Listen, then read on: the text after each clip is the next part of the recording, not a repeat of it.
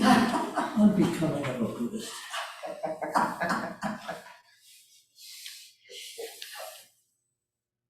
Okay, we should be going good now, okay? Right. So let me just go back to say, the first thing we looked at was the basic peace meditation that Buddha taught everybody. And that is the heart of what people do. But now for tonight and next week, we're going to look at other things people do, other Buddhist practices. And the first one I talked about was taking refuge. And then Goenka, that's the, anyway, Trungpa and Goenka are the teachers that I started with in the readings. And they were both, I want to say a bit about those two guys. So Chogyam Trungpa came to the West in the 70s, and he was only here he only taught in the West for 13 years. He died young. But he was tremendously productive during those 13 years. He taught, and there's all these books now from his teachings that are still coming out, new books. And I can't say his name, it's an Indian name, Satya Narayana Goenka. Also in the 70s in India, he was a Vipassana meditation master. And like Trungpa, he had a lot of followers during his life. He lived longer, he died in 2013. And they both founded a bunch of meditation centers that are still in existence now. But they also did, the unique thing that both of these men did was they trained Western lay people to be meditation teachers. And so consequently, now they're both gone, but we're blessed with this body of teachers, including Pema Chodron and Jack Kornfield and Sharon Salzberg and Ram Dass and just this whole bunch of people that were trained intimately by these two teachers. So other teachers then and even now rely on their monks. They, more traditional. Zen teachers also did this, but I'm not saying it was only these two guys. But in the Tibetan world, it was more common that a teacher was a teacher. And if you were a teacher or you were a monk teacher, but you weren't a lay teacher.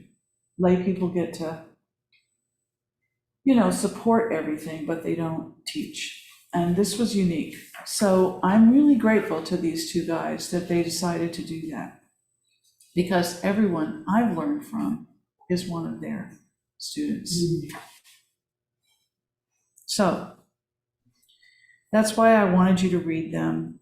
And they both emphasized sitting meditation, which again wasn't always what teachers were doing in that day. But if you go to a Vipassana retreat even today, you'll sit for 8 or 10 hours a day, and you'll sit for 10 days, and you'll be quiet, silent the whole time. And I know people who've done that. And then in the Shambhala world, which is the current version of Chogyam Trungpa's work, they do that too. They do these weekends where you sit all day Saturday, all day Sunday, 10 hours. And they do week-long things and month-long things. So really emphasizing the sitting meditation that we have talked about. And you can imagine if you've tried it and you do it for 20 minutes a day or 30 minutes a day, it's completely different, of course, when you're in these long things. All this stuff comes up, all these emotions, and people just work with it, and it can be transformative. So Nick and I were trained in that style, and we did our share of sitting. And I'm really grateful for all of it. But besides that, so now I want to talk about taking refuge, because you can sit and sit and sit, but you want to be doing it in pursuit of something. And that's what refuge helps you do. Refuge helps you say, I'm doing this to be clear, to follow this path, more thoroughly. And like they said in the reading, it's about changing your attitude and developing a sort of commitment to something. Not just meditating to see what it's like, but meditating in a process to get somewhere. And Thich Nhat Hanh, I looked up, I asked people, I'm getting messages anyway. I asked people here at EBS, how many of your groups take refuge? And not all of them do, but Thich Nhat Hanh does, his people do. And he said about refuge, he said, taking refuge is the recognition and the determination to head towards what is most beautiful, truthful, and good. Taking refuge is also the awareness that one has the capacity to understand and love. So it's both a goal and it's a realization. So it's a recognition of what you start out with, which is this capacity, and then the determination to develop that capacity, basically. In Buddha's day, when people took refuge, they literally followed him. They gave up their homes, they shaved their heads, they made themselves a robe out of rags. They begged for rags and then made themselves a robe and had a begging bowl and joined his monastic community. And there are still people who do that today. We have a guy from Little Rock who we met in Nepal who's went to Central High School and now he's a monk in a monastery in Nepal. His name is Caleb Yanniker, and he's beautiful. But anyway, that still happens.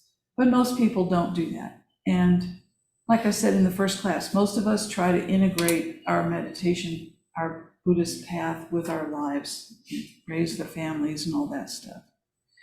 So when I took refuge, when Mick took refuge, and most of us people take refuge, they have a representative of the Buddha nowadays, and they clip a few hairs off your head, they symbolically shave your head, and you take refuge in the Buddha, the Dharma, and the Sangha. And I'm going to talk about those things. And here at EBS, whenever teachers visit, we ask them to perform the refuge ceremony for people. And it's usually a really happy occasion. Sometimes in the Tibetan tradition, they give you a new name. And Pema Chodron, her name means lotus lamp of Dharma. Pema is lotus, Cho is Dharma, and Drun is lamp. So they gave her that name when she first became a Buddhist, and then look what she did. She became a lamp of Dharma, right? So, I mean, it's like, that's kind of the idea, that it's somehow the teacher susses out you and gives you an assignment, if you will, or a sort of focus.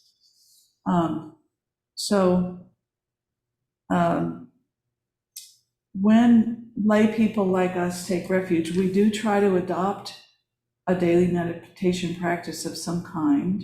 We continue to study and explore the Buddhist teachings.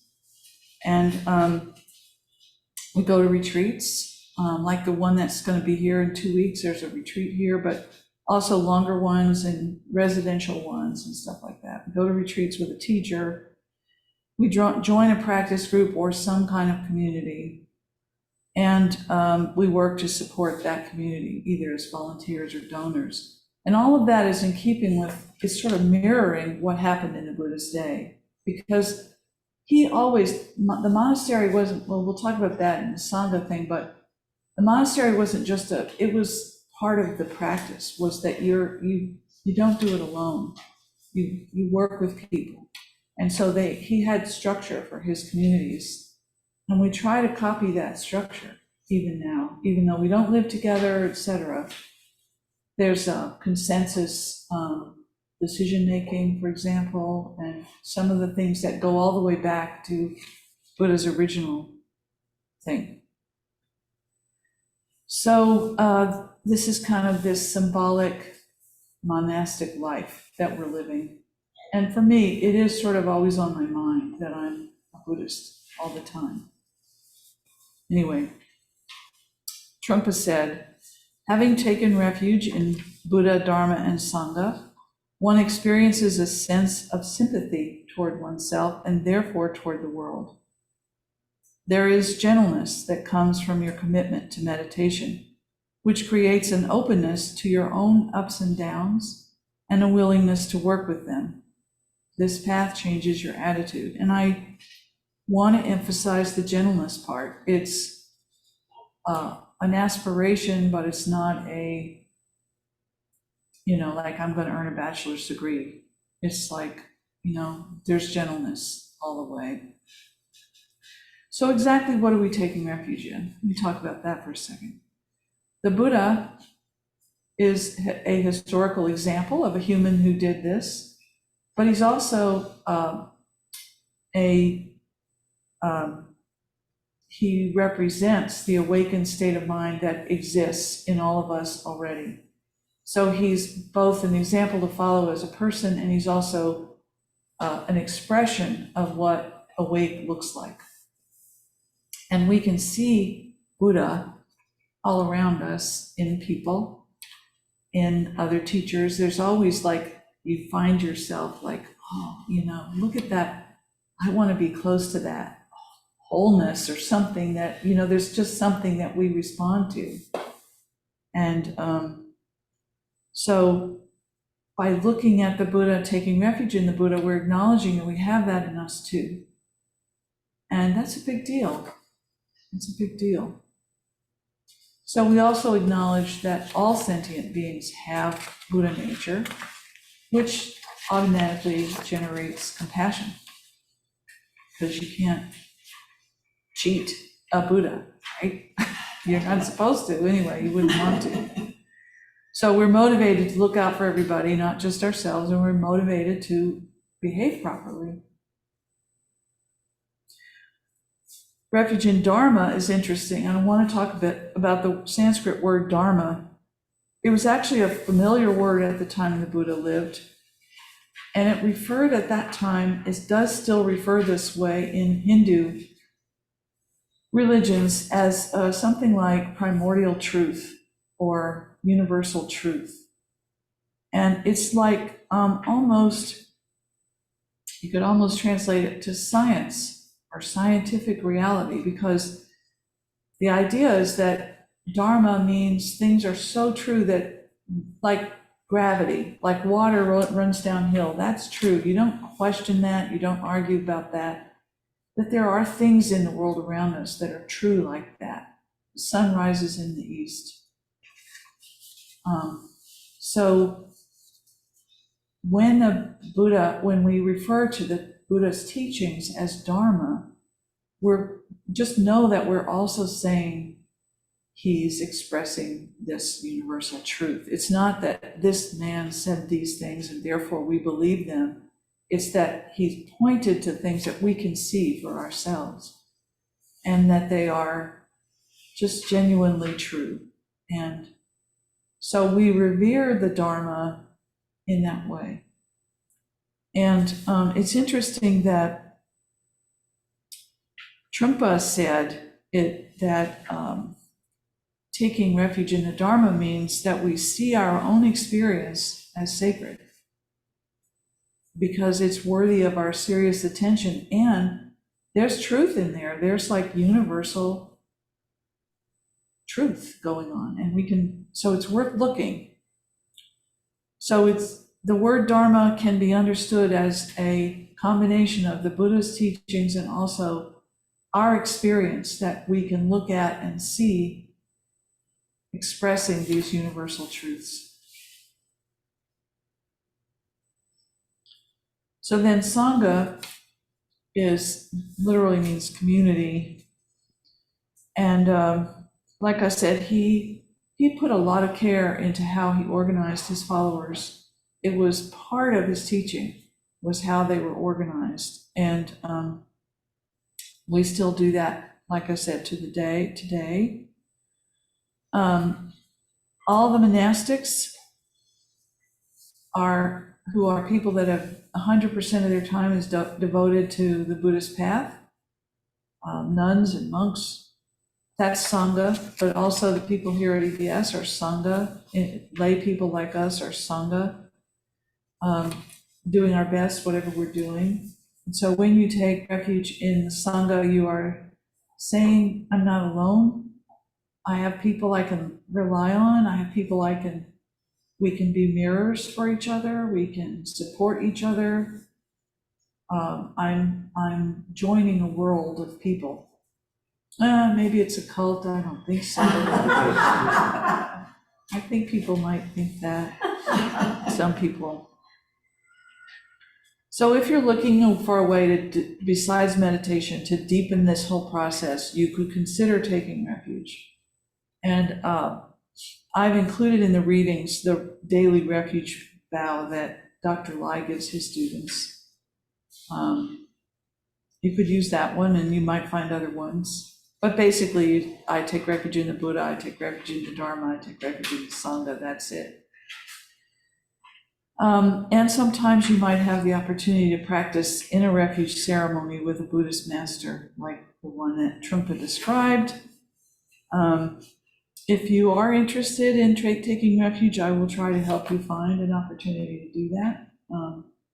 We do routinely ask the teachers that come to offer it, but it's best if I know that there's people waiting, helps.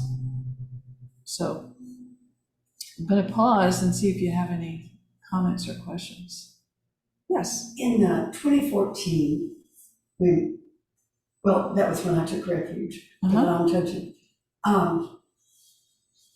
There was some question about whether he was going to do ceremony or not. What was the stipulation? I didn't understand why. It's just up to him.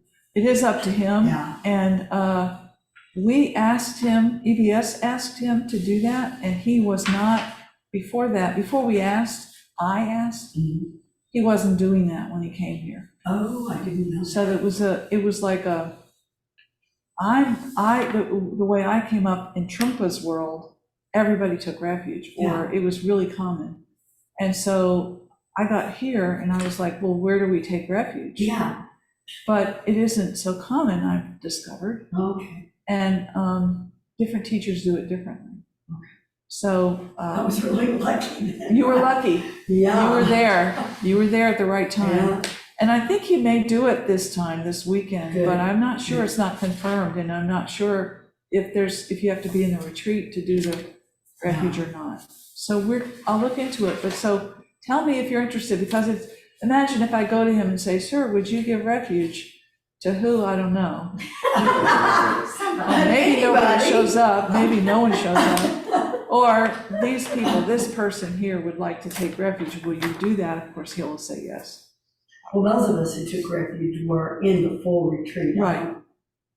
I don't know. Well, of course, he can take someone who came to the Friday night talk or something, but so it's just a matter of his mood. It's a matter, or the circumstances. You're your lucky day, or it's not your lucky day. Yeah, well, I'm glad it was. Yeah.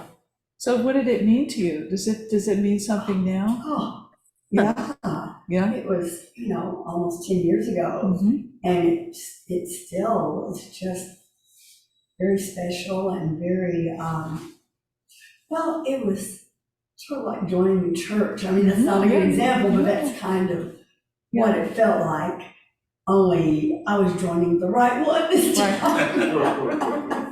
We hope, anyway. That's the hope. Yeah. Well, it's like, for me, that was it too. I don't have to keep looking around. No, I found my thing, here I am, it's comfortable.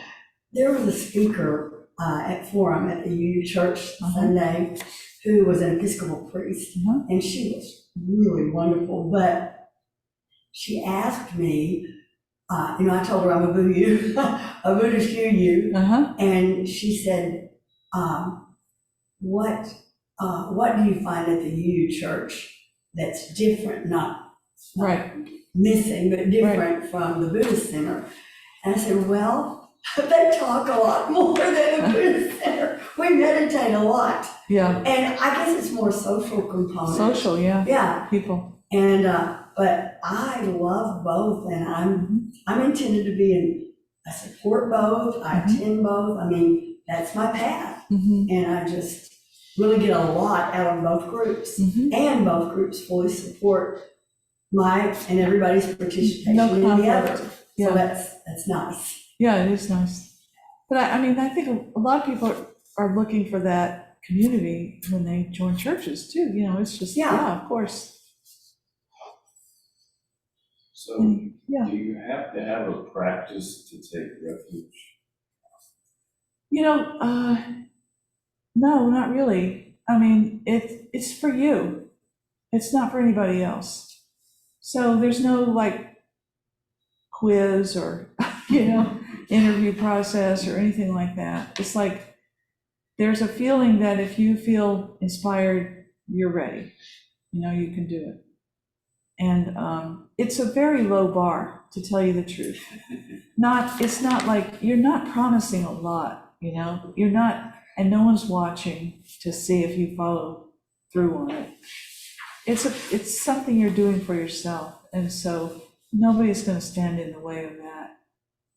We don't know what you want or, whether, So, yeah, if you're thinking about it, let me know. I'll put your name on the list. When you say that taking refuge is recognizing your own capacity and then dedicating yourselves to develop that capacity, it seems to follow then that if you're ready to make that kind of commitment, a practice of some sort would follow. Yes. Yeah, some kind of practice. But practice takes a lot of forms, It could be a book study group, it could be, but, meditation is the main thing. And so some version of it. But, people, circumstances have to be right, they have to be, it's not easy but to fit it in your life.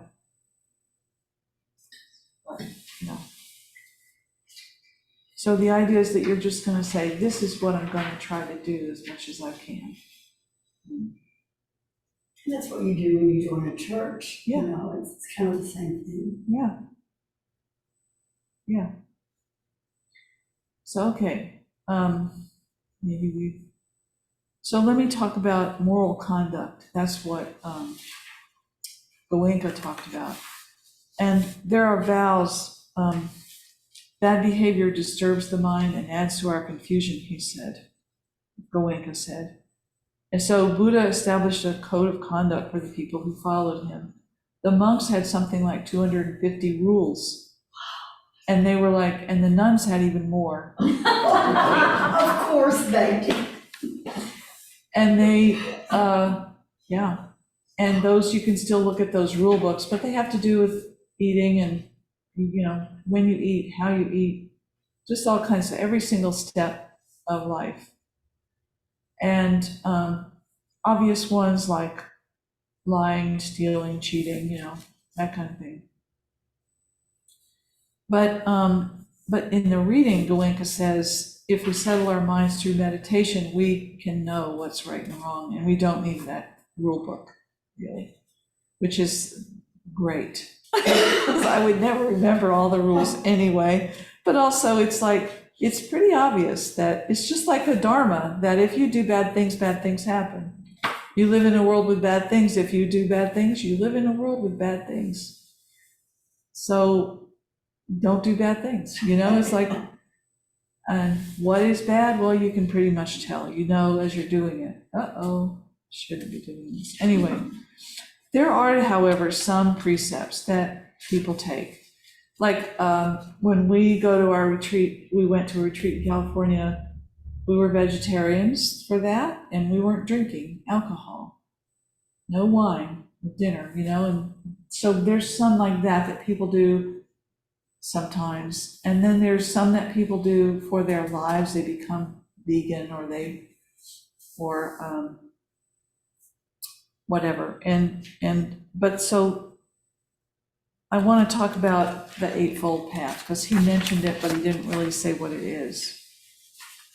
So the Eightfold Path involves 8 habits divided into 3 stages of training. So the first, he mentioned prajna. The first 2 of the 8 is right understanding and right view. And these have to do with wisdom. So some people, of course, the wisdom is for all of them. So the wisdom, it's called prajna in Sanskrit, is cultivating your understanding of the world and how it works. And trying to see the world like a Buddha sees the world, basically. Seeing clearly. Right understanding or view and right intention. So then Shila, is Shila, Samadhi, and Prajna that he said in the talk. Shila refers to the discipline that avoids creating harm, disciplined behavior. So that one is right speech, right action, and right livelihood. And again, you decide for yourself what is right livelihood. If you're encouraging people to gamble, that's probably not a good one. Or, I don't know, lots of things you can think of. And then samadhi refers to developing a relationship with your own mind, and it includes right effort, right mindfulness, and right concentration. And you know, I have these written down and I have to read them because in all my years, I've never really worried about the Eightfold Path. You know, I haven't memorized it, I haven't worked with it as a practice. It's just there because I go with what Goenka said. If you're working with your mind, these things are going to be pretty obvious. But it is interesting every now and then to say, all right, I'm going to be silent for this retreat and not gossip. And it sort of changes what you do. Okay, so then let's look at what Trungpa said about meditation. And the purpose of formal meditation is to cultivate a 24/7 state of awareness, right? That's the idea. And we practice on the cushion and then we carry it out into our lives. And so that right there might be news to somebody, that meditation is all the time, not just on the cushion. But it is. It's like if you sit and learn to cultivate this peaceful sort of center to yourself, then that center is with you all day long. And you can call it up when you need it. Somebody says some horrible thing to you, you can sort of take a breath and speak from there instead of from wherever else, you know? So this stillness is what we're cultivating. And Trungpa said it's simply being present, not on the way to somewhere, but already arrived. I like that. It's like, because so much of my day, I'm busy with the next thing on my to-do list, or planning for the next whatever. And so to just take the time to be just here is a huge gift, and a reminder that this on to the next thing doesn't have to be the only way to move through the world.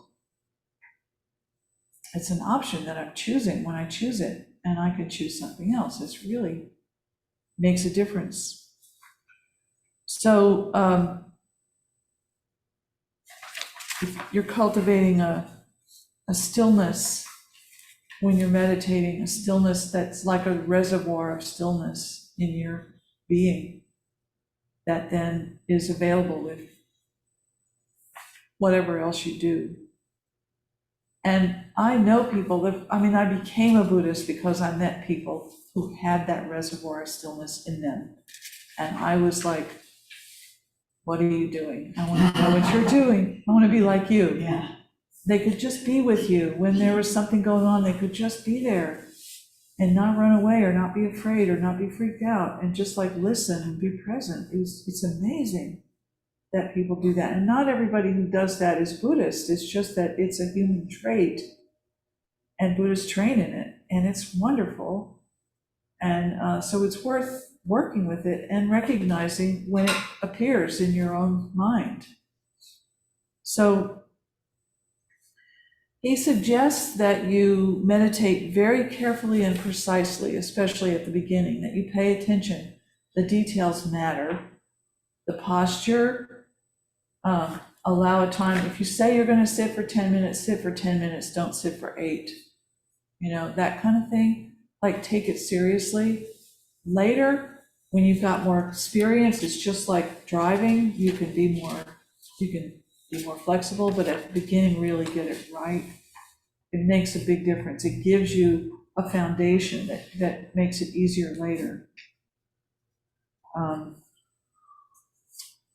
So he says, follow the guidelines of a good posture and sound motivation, but without lofty expectations. So he doesn't want you to burden yourself with this, like, oh, look at me, I'm meditating, you know,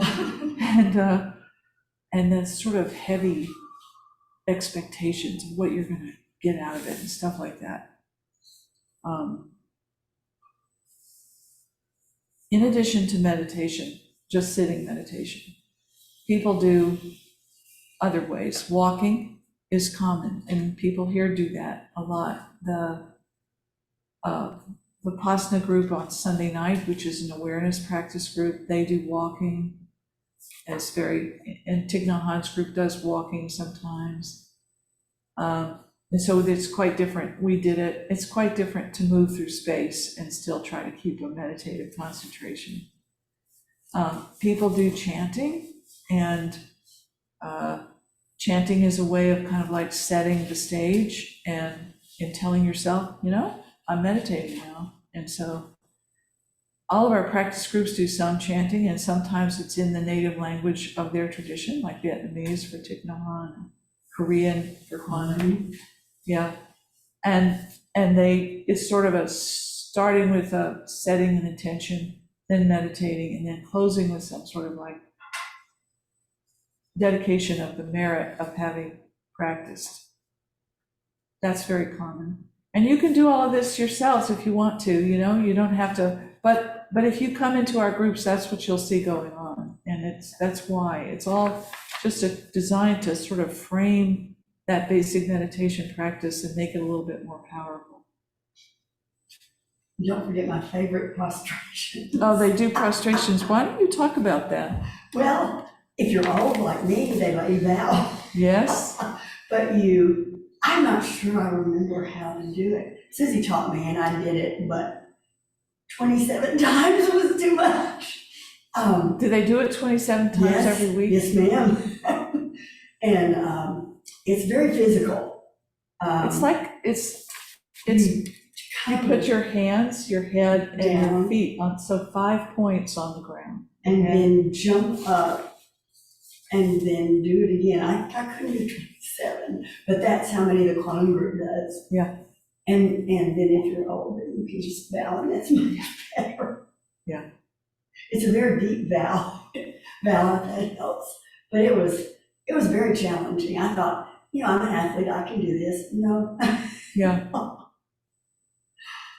Well, I think about a lot of these monks were teenagers. You know, Yeah. this stuff. They didn't start when they were 70. You know? No. No, they didn't.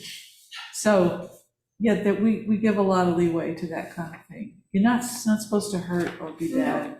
No. But there were a lot of people in the quantum group who did. I mean, older people. I mean, they've been doing it for a long time. Yeah. So, as I said, Goenka and Trungpa led their students in very long sessions of this meditation practice. And I think that's good. You know, of course, that's my experience, and I stand by it, you know. But in today, 40 years later, it's much harder to find situations where you can do that. You need to be supported. You know, you need to have somebody who makes lunch while you're meditating, you know, that kind of thing. Now they do have, there's a Thich Nhat Hanh monastery in Batesville, Mississippi. And There are Shambhala centers where you can go for a weekend. There are Zen retreats that you can go, and they do long periods of sitting. And it's wonderful if you can do it. It's a great way to find out what you thought you thought you had this figured out, and you find out how you don't. Where are the gaps, what is there to learn that you thought you already knew? But yeah, so sometime try to do it. But you don't just sit at home and say, I'm going to sit for 10 hours. You don't do that. Even like one of my friends from here went to do a retreat in a cabin up in Jasper, and she had people bringing her food up there. They arranged that for her. She was in a little cabin by herself and sitting for about practicing. But she met with her teacher beforehand, who gave her a schedule, and then she checked in with her teacher by phone a few times, and there were people that looking and making sure she was healthy, and it's a major undertaking, and you prepare for it. And we at EBS before COVID, we had Saturday afternoons from 1 to 4, and we probably will get back to that at some point. I hope we do. But it's even that is good, right? And so. Sure, was that practice silent? Yeah, it was silent. It was led by the Vipassana people.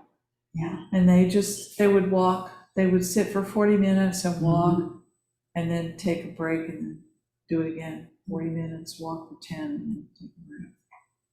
I did one with the Barflung Sangha. Yeah. Yeah. 2.5 days, and that was enough of silence for me. At Petty Jean? Yes, it was very good for me. Susie and I ran, we didn't talk, we didn't cheat, we had hikes with the group, we did yoga. Right. That was interesting. Preparing meals was really difficult for me. Without talking? Yes, and the worst was eating meals. You look at the person across the room, smile, take a bite, and look, you know how I am. It's really, really hard for me. Right. And I didn't ever do it again, not a silent one. Yeah.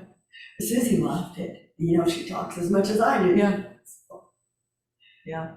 It's a good experience to have sometimes. It was. Yeah.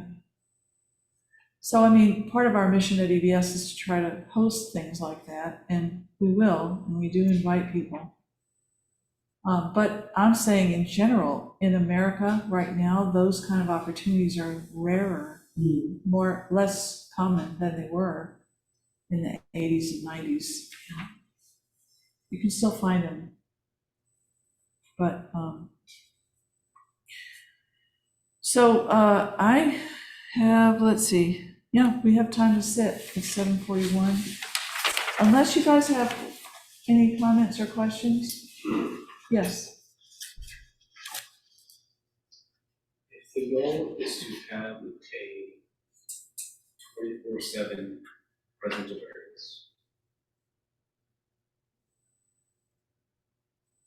is that saying that the ideal is that you don't have room for pondering, that something about 24/7 present awareness takes the place of periods of thoughtfulness? I don't think that's, no. I think it's like it's kind of like a little light in your mind that's always on. Everything else goes like it always did. Everything else goes on. All the other activity is still there, except that there's this light, like a night light or something, in the mix. And so, this isn't always there. I'm not there. None of us are Buddhists. But I would say, or I think of like a presence, maybe, there's a little fairy sitting on my shoulder or something like that, but a presence that's like part of everything else I'm doing. I'm aware of what I'm doing. But it's not, sounds kind of creepy in a way, but I don't know if that's helpful. But stuff still happens, and I forget about it. I forget about it and get lost, have a temper tantrum. And then I come back to like, oh, what was that? But anyway, yeah, it's, would you want to say anything about that? As a goal to as like fruition, or just as a kind of lay practitioner? Because just as a lay, just we're all lay practitioners. So the aspiration is just to spend more time present, and whether that kind of works out. And but say ideally, when you're saying is that you can't contemplate. Well, contemplating meditation is sort of can be done without turning off everything. So it's something for you to kind of work with, and it's part of the awareness business. So I've always heard that contemplation is actually a very big part of Buddhist practice, meditation. But is contemplation the same thing as wool gathering? Pondering is what you said, right? Yeah. Pondering. So if it's, I think that it's just the original part of just to be present the best you can, in a natural, relaxed way. And that would kind of preclude wool gathering and sort of Daydreaming. daydreaming and away from the present moment. So, But I feel it's important to say that it comes naturally. The more you practice meditation, the more you find yourself, oh, look at me. I'm present more than I used to be. It's become more and more apparent just in the last week, really. Yeah. I'm starting to see the fruits of it. And it's interesting. It's an interesting shift in perception that I'm still kind of Yeah. Well, that's a fair expectation that you've been meditating, so your mind is changing. What do you know? That's great. But who knows where it's going to go next? So let's stay tuned, right? Yeah. Anything else? Okay. So I always hear how important it is to set your intention before you meditate. It's when I have trouble with, I always went from being too abstract or too concrete. So can you speak to that? What's meant by Setting your intention, yeah. Well, like managing your expectations is another way to put it. I'm gonna sit here and be present, not I'm gonna sit here and be calm or disciplined or, that it's like, I'm gonna look, it's like, we have the habit of demanding a lot from ourselves. And so be careful that you're not gonna sit here and, because we hear this a lot, people come into our Wednesday night meditation class, they say, I can't do it. I'm not doing it right, I can never do it right. And we're like, well, did you sit there? Yes, then you did it, but there's some idea of what they're striving for that just ruins it. So I think that's mostly what they mean when they talk about intention. But just try to not, or be aware. Maybe when you sit down, you're going to go, oh, look at me, I've been expecting something that I shouldn't have been expecting, Literally, people say that so often. I have tried meditating, but I can't do it. And I want to know, what were you doing? What do you mean? What were you trying to do? And that's a good question. So not so much saying this particular intention, as much as being aware of your intentions. Why are you doing it? And trying to keep them reasonable and peaceful, and, you know, anything goes, really, as long as you're looking at your mind, as long as you're looking at your thoughts, as long as you're there in any way, you're doing it. Yeah. So let's do it real quick. Quick meditation. Step. We actually have plenty of time. So I'm just going to say, again, take a good posture. That's a whole lot of the process. Posture really supports relaxing your mind. So adopt a posture that you can get into and then forget about. And, you know, in our age, I see people, they put a pillow under their knee, you know, or they put, because they have to, and that's a good thing, you know, stay comfortable. So a good posture that's upright but relaxed. Eyes are looking out into space, whatever that means to you, but not focused on anything, not looking at anything. Relax your shoulders and your body and feel that you're connected to the earth. Feel that you're settled on the earth. Let your body settle into this place and time. And then start paying attention to your breathing. Feel the breath moving your body wherever it moves your body. Maybe it's at your nose. Some people feel it at their nose, through their lips, or in their belly or their chest. But anyway, just pay gentle attention to your breathing. And I like to say, you know, pay attention for a few good deep breaths to get yourself going. So feel the air coming in, let it go out, and let it go out into space and dissolve, and then feel it come in again and go out into space, dissolve. And then just look, observe whatever's going on in your mind. That's the idea. If you have a lot of thoughts fluttering around, you can just label them thinking and come back to looking at your breath. And if you forget everything and you find yourself on a beach in Hawaii or arguing with your boss, you just go, okay, I was thinking, and feel you start over, body, breathing. And you might have to do that many times in a short practice.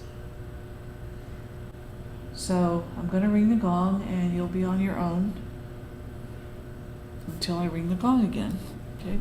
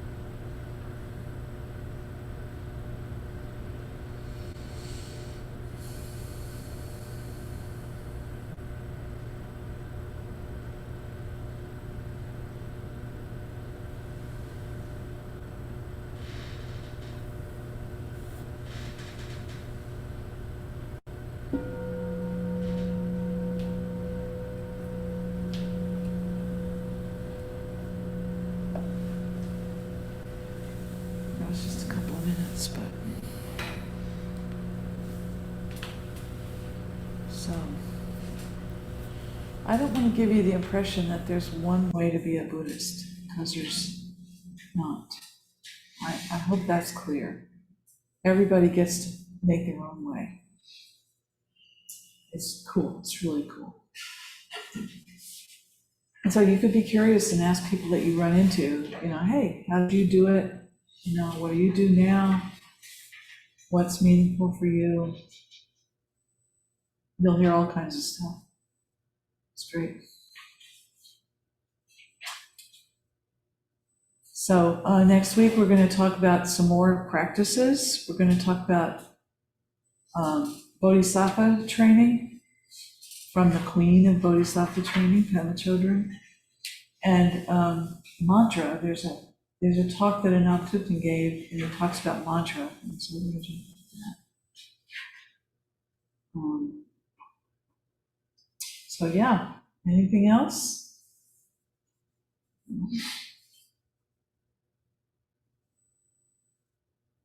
Well, thank you for coming. Yeah, we'll see you next time. Thank you. Yeah, take care of yourselves. Be safe. Thank you. You can help us put the chairs back. Chairs. Yeah, thank you so much. Thank you, Cheryl. Yep, you're welcome.